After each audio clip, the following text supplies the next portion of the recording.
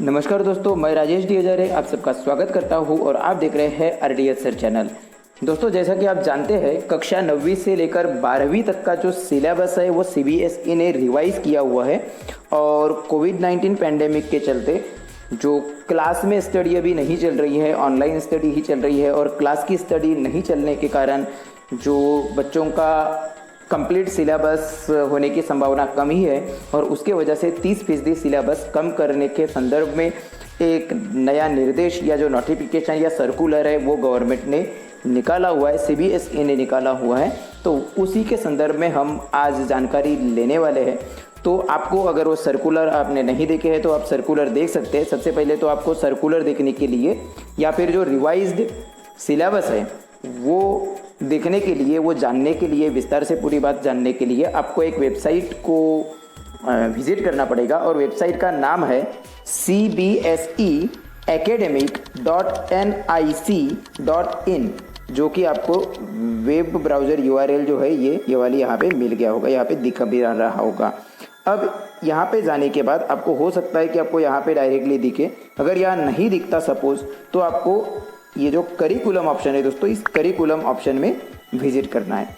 Curriculum मेनू में आप जब विजिट करेंगे तो आपको यहाँ पे बहुत सारे ऑप्शंस आएंगे। इनमें से जो दूसरा ऑप्शन है न्यू टैग के साथ revised academic curriculum for the session, ये फिर से बैक हो गया, हम ले रहे हैं revised academic curriculum for the session 2020 से लेकर 21 सर्कुलर। तो ये सर्कुलर में क्लिक करके आप सर्कुलर जान सकते हैं, मतलब प्रेस रिलीज। ये क्लिक करने के बाद डाउनलोड होगा। हमारे फ़ोन में पहले से डाउनलोड किया हुआ है करके ये यहाँ पे फिर से डाउनलोड किया हुआ वो दिख रहा है। इसको आप जब देखेंगे तो आपको क्लियरली ये पूरा सर्कुलर पढ़ने मिलेगा, जो कि 7 जुलाई 2020 का सर्कुलर है। सर्कुलर नंबर वगैरह दिया हुआ है और इसमें अगर आप देखेंगे subject revised academic curriculum for the session 2020-21, तो 2020-21 सत्र के लिए जो सुधारित करिकुलम है सीबीएसई के द्वारा एनसीईआरटी के से रिलेटेड सिलेबस का, तो वो पूरा यहाँ पे उसके संदर्भ में सर्कुलर दिया हुआ है कि जैसे यहाँ पे आप पूरा ये पॉज करके वीडियो को देख, ये वाला मतलब वीडियो पॉज करके ये पूरा जो है सर्कुलर पढ़ सकते हैं। हम इसका बस सार ही बताना चाहेंगे कि जो कोविड-19 पैंडेमिक है, महामारी, उसके वजह से क्लासरूम में टीचिंग नहीं हो पा रही बच्चों की, और करके जो है दोस्तों 2020-21 का जो सिलेबस है वो कक्षा 9वीं से लेकर 12वीं तक का जो सिलेबस है वो कम करने के लिए जो गवर्नमेंट बॉडी है, बोर्ड की या करिकुलम कमेटी जो है, उनके पास एक सुझाव आया था और फिर कहा गया है कि उस सुझाव पर एक पूरा विचार विमर्श करने के बाद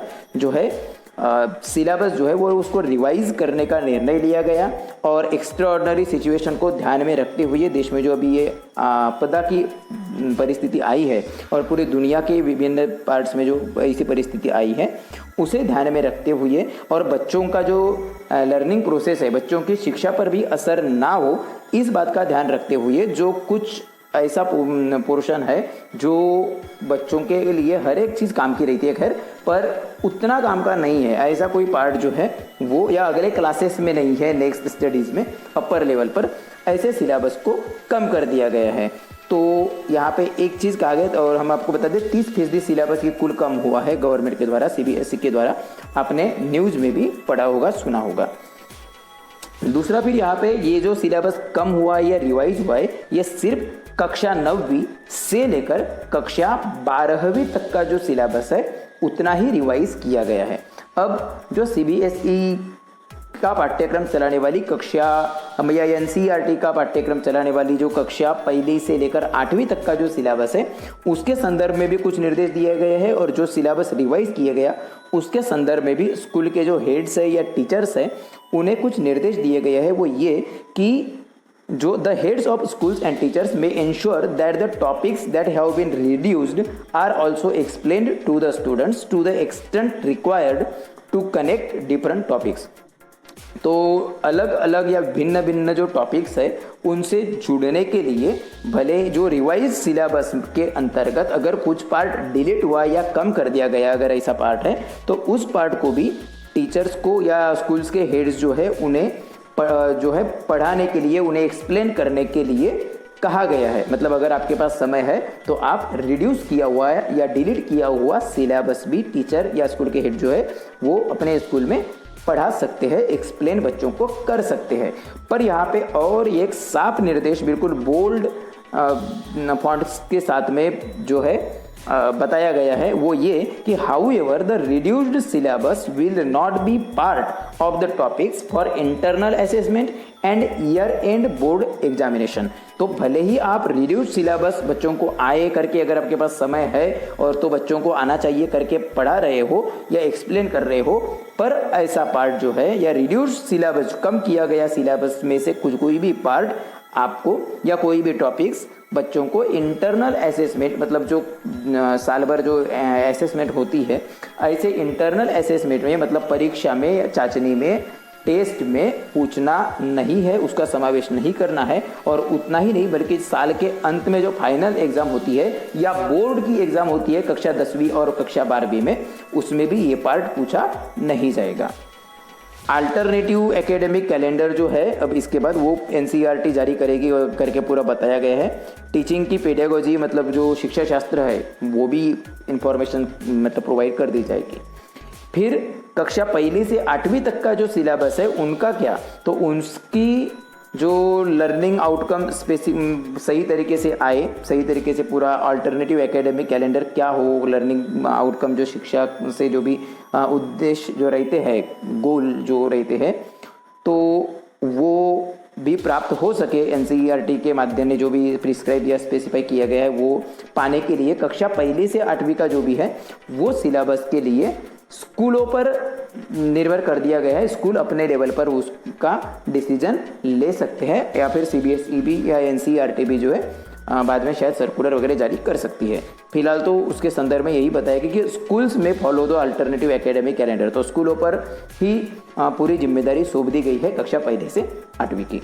और ये जो रिवाइज्ड ये तो सर्कुलर है दोस्तों, और जो रिवाइज्ड सिलेबस है, कंप्लीट सिलेबस मतलब जहाँ से रिड्यूस, जिन क्लास का रिड्यूस किया गया, कुछ ही सब्जेक्ट है जहाँ का रिड्यूस हुआ है, तो जो सिलेबस रिड्यूस किया गया है वो कौन सा है और वो रिड्यूस करने के बाद जो बचा हुआ सिलेबस है वो कौन सा है, पूरा विस्तार से सिलेबस आप जानने के लिए यहाँ पे एक लिंक दी है ब्लू कलर में, ये बिल्कुल आप देख सकते हैं। हालांकि ये लिंक बराबर काम नहीं करती, करके ही हम जो है वो लिंक आपको डिस्क्रिप्शन बॉक्स में भी दे देंगे। खैर तो वो पीछे भी हम एक बार लेके जाते हैं, आपको यहाँ पे दिख जाएगा। तो दोस्तों अनाउंसमेंट सेक्शन जो है वेबसाइट पर, यहाँ पे एकेडमिक सेक्शन आपको खोलना है, अनाउंसमेंट में एकेडमिक। तो यहाँ पे अभी हमने दूसरा ऑप्शन रिवाइज्ड एकेडमिक करिकुलम देखा था, सर्कुलर देखा था, उसके साइड में लिंक टू रिवाइज्ड करिकुलम है। इस लिंक को आपको क्लिक करना है। मेरा ऑलरेडी डाउन मतलब यहाँ पे जो है ये नया पेज ओपन होता है, तो ये लिंक वो जो है हम डिस्क्रिप्शन बॉक्स में दे देंगे। इसको इसमें बस इसमें कुछ नहीं है, रिवाइज सेकेंडरी करिकुलम जो है कक्षा 9वीं से 10वीं का और मतलब माध्यमिक लेवल का और उच्च माध्यमिक मतलब सीनियर सेकेंडरी का 11वीं 12वीं का, वो सिलेबस के लिए लिंक दी गई है। हम जल्दी से रिवाइज सेकेंडरी करिकुलम पर क्लिक करके उसके बारे में बताते हैं। सेम चीज़ उच्च माध्यमिक में भी लागू है।